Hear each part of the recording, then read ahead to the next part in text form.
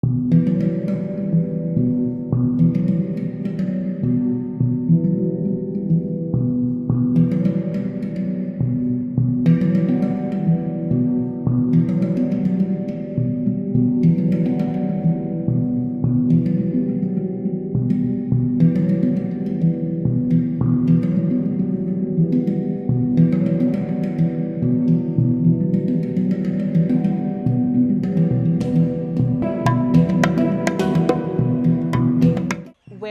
you don't feel your true gender is being asserted by society. So if in my case you are a transgender woman and you want to be seen as a woman and you would like to be referred to as she, her,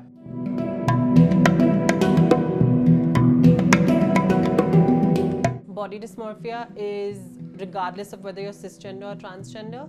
It's got more to do with an unhappiness or a discomfort with the way your body is shaped. It doesn't have anything to do with your gender, but it's a little bit more specific to your ideal vision of a body. That's kind of like an on the surface kind of difference between body dysmorphia and gender dysphoria.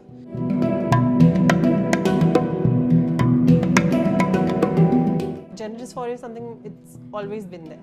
So it's not a mental disorder because there's nothing that triggers it.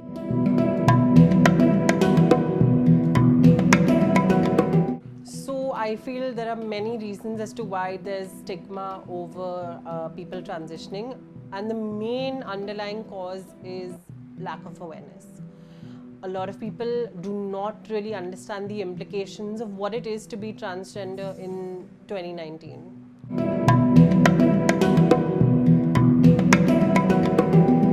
The best tool is the internet.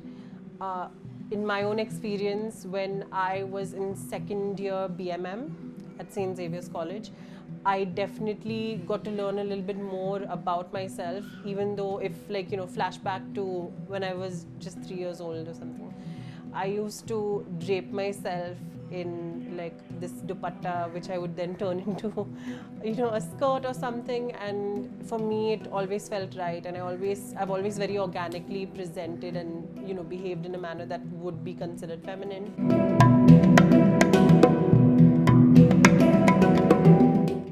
I feel like transitioning is a rather expensive affair, but there are ways to kind of transition in a way where you've alleviated a great amount of your dysphoria.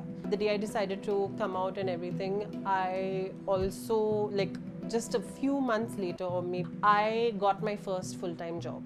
So that really did help because I was able to fund my own transition.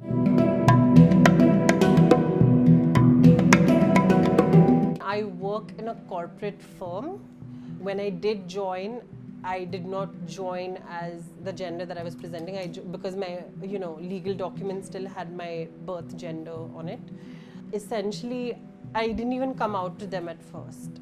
After a few weeks, after I got tired of being referred to as he, him, I came out to them.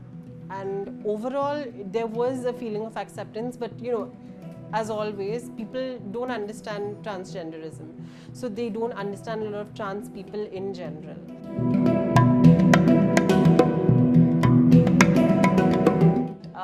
Using gender-neutral pronouns when you're unsure of someone's gender is a good way to go.